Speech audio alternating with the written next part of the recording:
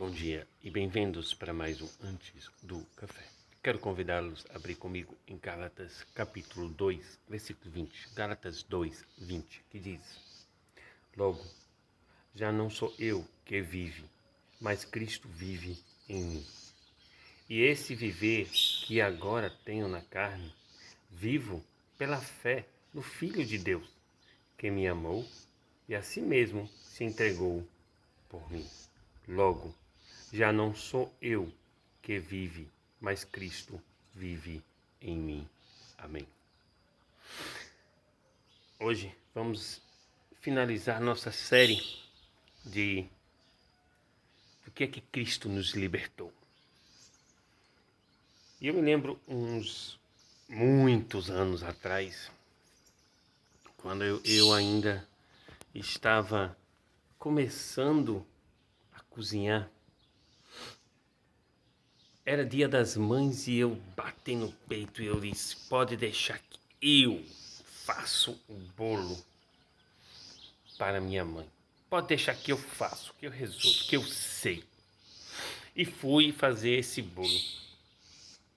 E aí, quando eu estava fazendo o bolo, fui atrapalhado aqui, atrapalhado ali. E aí, quando eu fui, coloquei no forno. Aí deu um tempinho e ali só borbulhava.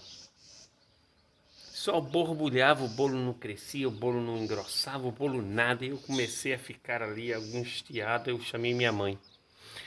Falei: mãe, desculpa, mas eu preciso que você olhe aqui para ver o que está acontecendo, porque o bolo não está crescendo, o bolo não está engrossando, o bolo só está líquido. E ela foi e passou comigo a receita. Eu, em toda aquela agonia, toda naquela autoconfiança, eu esqueci de colocar farinha no bolo. Eu esqueci de colocar um dos ingredientes principais do bolo. Talvez o ingrediente principal naquele momento: a farinha. Mas por que tudo isso? Porque eu estava autoconfiante, eu estava me achando o que sabia fazer. Como diz, né? Eu estava me achando a bala que matou Kennedy.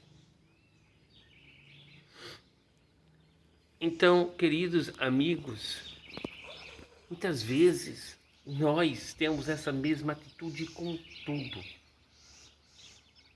né? Nos achando a última bolacha do pacote, achando que só nós podemos resolver, só nós temos a capacidade de fazer as coisas. Só eu, só eu, só eu. Paulo era assim. Paulo achava que ele era a solução para eliminar o cristianismo. E ele literalmente caiu do cavalo, onde um Deus Cristo apareceu para ele. E ele ali caiu literalmente do cavalo, ficou cego, literalmente ficou cego, para perceber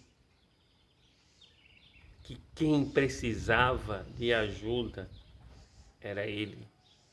Quem estava cego para a verdade era ele. E ele conseguiu enxergar a Cristo. Tanto que no final da sua vida, ele virou e pôde dizer: eu não vivo, mas Cristo vive em mim. A soberba, gente, a soberba elimina o nosso contato com Deus. Ele atrapalha o nosso conversar com Deus. Pedro, ele disse coisas tão belas, ele disse: para onde nós vamos se tu és o Cristo? Se tu tens... E depois ele disse, ele virou para Cristo, mandou Cristo se calar, porque Cristo disse que iria se morrer.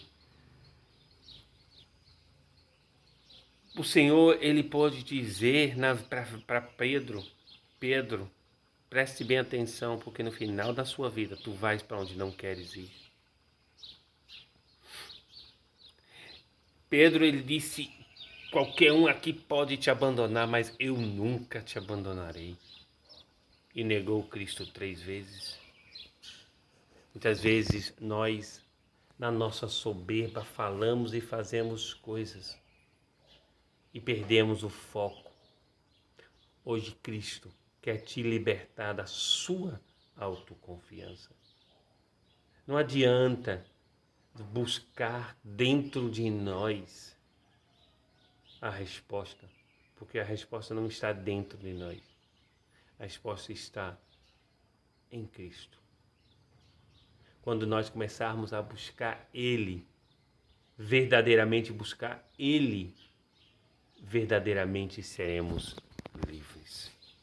Pense bem nisso hoje. Vamos deixar a soberba de lado e procurar a Cristo. Ou melhor, vamos procurar Cristo para Cristo tirar de nós a soberba. Porque a palavra do Senhor diz que Cristo, que Deus se afasta dos soberbos. Pense bem nisso hoje e deixa Cristo te libertar, que sereis verdadeiramente livres. Confia no Senhor e serás salvo, tu e a tua casa. Pense bem nisso hoje. Tenha um bom dia, que Deus abençoe e até o nosso próximo Antes do Café.